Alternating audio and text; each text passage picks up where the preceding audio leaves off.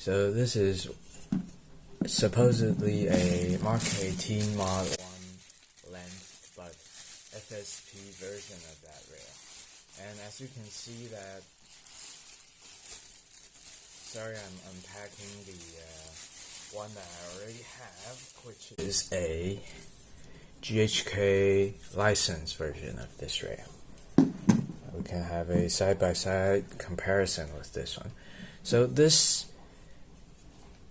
supposedly you can use a traditional triangular front sight with this one, which gives it a unique look. You can see that there's no laser engraving markings, any of that.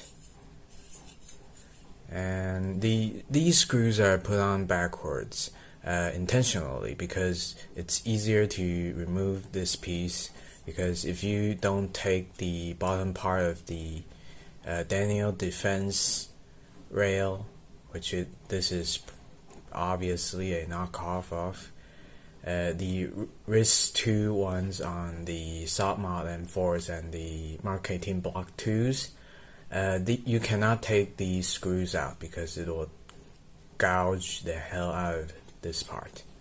So this is put on intentionally backwards. The threads are not in this piece, it's in this piece. So yeah, I've seen these knockoff RIS 2 rails with in tan and black color on Chinese online auction sites quite a lot, like 4 or 5 years ago, and those even come with markings. This one doesn't, but this is, I think this probably comes out of the same factories in China. I didn't find a lot of English information for this thing. I did find some product pictures on ohhunt's website of rails that look just like these, marked as Mk18 FSP rails. We can see that the front of this part here has a angular design and rounded on the inside, while this one doesn't have it at all. Also, yeah, the slot right here is shorter than this slot here, and this has some cutouts here, probably for like the bayonet lug or something on the bottom of the triangular front sight base. The front screws are for reserve, a part that if you lose some of these actual functional screws, you can have this one on standby. We can see that the gas tube hole is this shape. Instead of a round hole here, it's a horseshoe shape. And what concerns me a little bit is that you can see that there's a little gap between the body of the rail and the 6-hole back piece here. There's a little gap here, which is probably correct because you need these two parts to clamp down on the barrel nut. That's how you secure it, instead of these 6 screws pulling the rail back into the receiver and butting it against the receiver. That's not correct. That will cause your rail to point down a little bit. And you can see that there's no gap here, meaning that potentially you can screw down these 6 screws, pressing this back plate onto the body of the rail, and it will not be enough to clamp down on the barrel nut. The barrel nut can be rattling loose inside because it's not thick enough.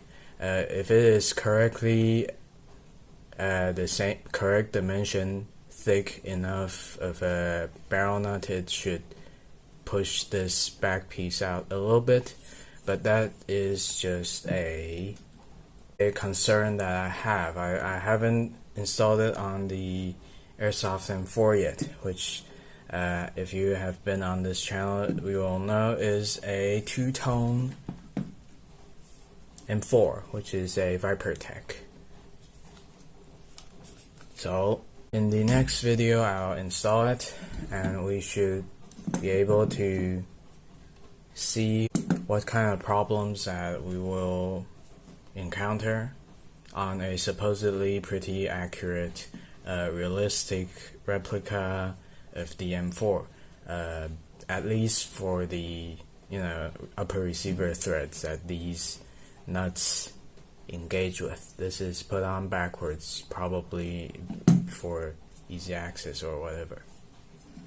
Yeah, so this is a closer look at this compared to a another thing I haven't mentioned. You can see that the ridge on the GHK one, it's perhaps a little harder to see, but there's a middle ridge and there's a artifact of the machining process or something. There's a little line here and there's a relief cut back here. Let's take a look at there's only the ridge there, there's a relief cut here, but there's a raised part in front of that cut, which is not the same. The bottom part is more of a rounded square to it.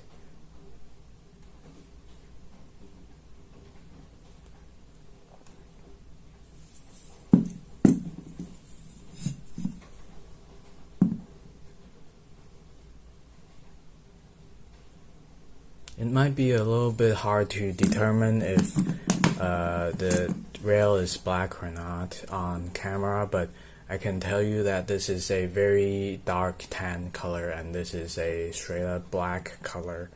Let's see if I have something to compare it with. Here we have a black handle. It's this color. Alright, thanks for watching.